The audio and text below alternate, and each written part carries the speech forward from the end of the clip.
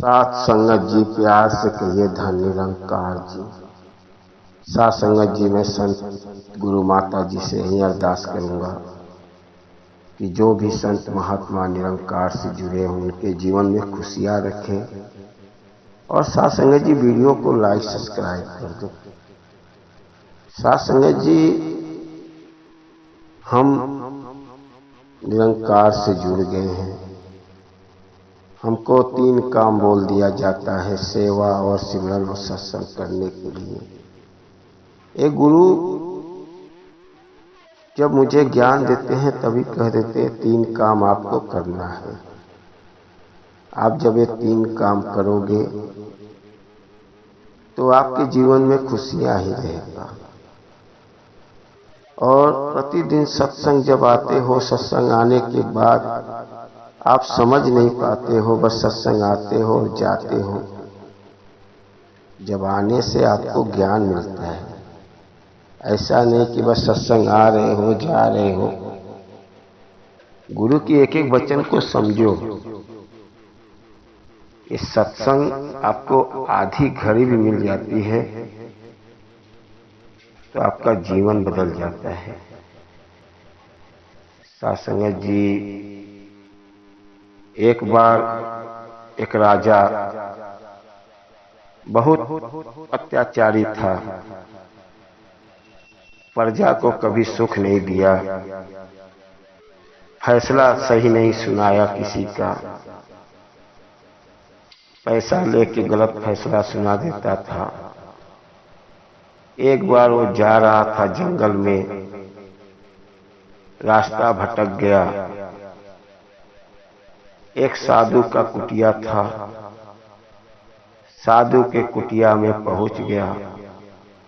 जब साधु के कुटिया में पहुंचा तो साधु ने राजा को बोला, आप यहीं पे ठहर जाओ, जंगल में रास्ता भटक गए हो, रात ज्यादा हो गया है।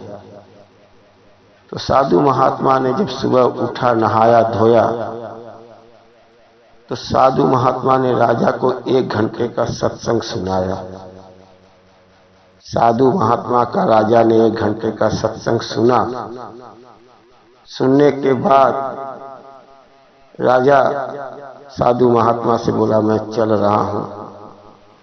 कहना आप जा रहे हो, लेकिन एक बात ध्यान में रखना, क्योंकि ये आपका परमानेंट घर नहीं है।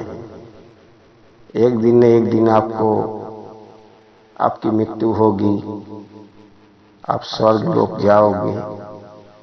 जाने के बाद मृत्यु जब होगी तो आप जाना, तो वहां पे आपके पास यमराज के दूत लोग क्या बोलेंगे, आपको नरक में जाना है या 1 घंटे का सत्संग सुनना है। क्योंकि 1 घंटे का सत्संग मैंने सुनाया हूं। आपने बहुत पाप किया है, लेकिन आपको सोच समझ के फैसला लेना है। राजा आया अपने दरबार में। आने के बाद साधु की बात को ध्यान नहीं दिया, फिर वहीं अपना अत्याचार किया और एक दिन उसकी मृत्यु हो गई। मृत्यु होने के बाद जब यमराज के पास पहुंचा तो यमराज ने उसकी पोती पत्रा निकाला। निकालने के बाद देखा तो बोला, राजा आपकी तो नरक में जाना है, पूरे जीवन नरक में, वहां पे आपको बहुत बड़ा आपके ऊपर टार्चर किया जाएगा, क्योंकि नरक लिखा हुआ है। लेकिन आपने एक बहुत विद्वान साधु का 1 घंटे का सत्संग सुना है, उसका फल तो आपको मिलेगा ही। तो आप पहले नरक भोगोगे कि पहले साधु महात्मा का 1 घंटे का सत्संग सुनोगे। तो राजा बड़ा सोचने लगा कि वो साधु महात्मा बोले थे, फैसला सोच समझ के लेना। तो उसने बोला, मैं 1 घंटे का सत्संग सुनना चाहता हूं। तो यमराज जी यमदूत से बोले, ले जाओ इसको बैकुंठ। वहाँ पे सत्संग हो रहा है साधु महात्मा का, वहाँ पे 1 घंटे का सत्संग सुना के फिर वापस लेके आना, क्योंकि 1 घंटे का फल उसको दिया जाए। बाहर यमराज के दूत खड़े हो गए, अंदर जा नहीं सकते हैं।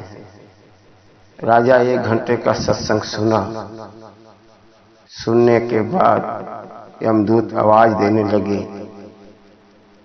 तो फिर उस राजा जब बाहर आया तो यमदूत बोले आप चलो। कहने भाई 1 घंटे का सत्संग सुना था, अभी फिर मैंने 1 घंटे का सत्संग किया, इसका भी तो फल हमको मिलना चाहिए। अब वो फिर जाके सत्संग में बैठ गया। यमदूत बहुत बुला रहे, बोले भाई 1-1 घंटे का मैं सत्संग सुनते जा रहा हूँ, अब मैं यहाँ से हटूंगा ही नहीं। यमदूत हार के आए यमराज के पास, बोले भाई वो सत्संग पे सत्संग करते जा रहा है। कहें राजा बड़ा होशियार था, अब वो सत्संग सुन रहा है तो सत्संग का फल मिलते जा रहा है। सत्संग जी कहने का भाव है कि जो हम सत्संग करते हैं, सुनते हैं, कई जन्मों के पाप भी कट जाते हैं, और जो हमारा अगले जन्म का पाप है, इस जन्म में जो गलतियां होती रहती है, सब खत्म हो जाता है। इसीलिए सत्संग जी साधु क्यों बार बार कहता है सत्संग सेवा सिमरन कर लो।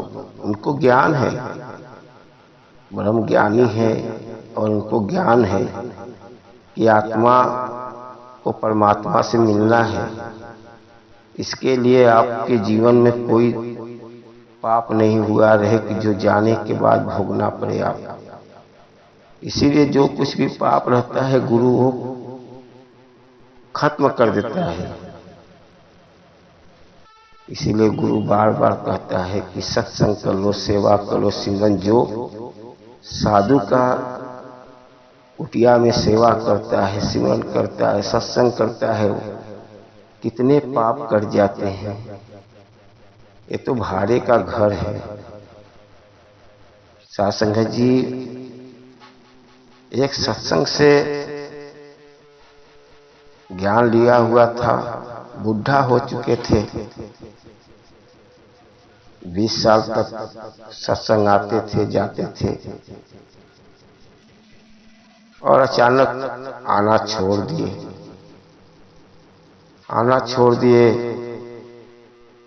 तो भाई बहुत दिन से सत्संग आ रहे हैं, तो बहुत लोग को मालूम था, बहुत महात्मा बोले भाई वो आ नहीं रहे हैं, आज 10 दिन हो गया।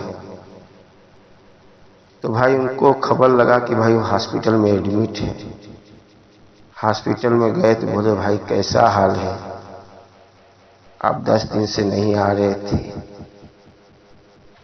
कहना वे जो मकान था अब ये कच्चा हो चुका है, टूट रहा है, गिर रहा है, अब मुझे अपने पक्के मकान में जाना है,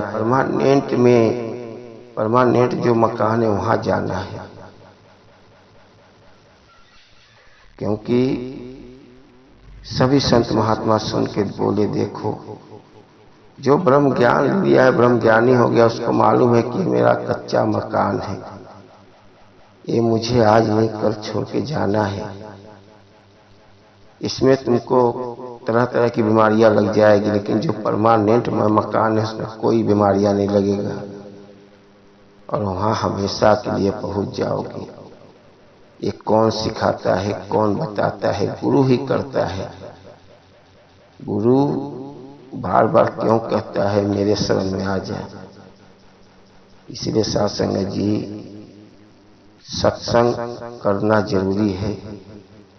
जीवन में कभी मत घबराओ कि मैं जब ज्ञान ले लिया हूं तो मैं सत्संग कभी जाता हूं, कभी नहीं जाता हूं, कभी करता हूं। ऐसा नहीं। सत्संग जी जो जो गुरु का वचन आता है उनके गुरु के वचनों पे चलते जाओ, उनके आदेश पे चलते जाओ, आपका सब दुख दूर हो जाएगा। कोई भी आपके जीवन में दुख नहीं रहेगा। लेकिन जब एक एक बात गुरु के वचनों को समझोगे तब। गुरु बार बार क्यों कहता है कि सत्संग रोज आओ, सत्संग रोज आओ। साध संगत जी दास तो हमेशा यही कहेगा कि जब ब्रह्म ज्ञान ले लियो, निरंकार से जुड़े हो, तो गुरु की एक एक वाणी को समझो, गुरसिक का जीवन जियो, गुरसिक का। साध संगत जी, जो गुरसिक के जीवन में मजा है वो कहीं मजा नहीं है। जब आप सत्संग जाओगे वो आनंद पाओगे, आपका दिल गदगद हो जाता है। आओ साध संगत जी, दास से कोई गलती हो क्षमा करना और प्यार से कहिए धन निरंकार जी।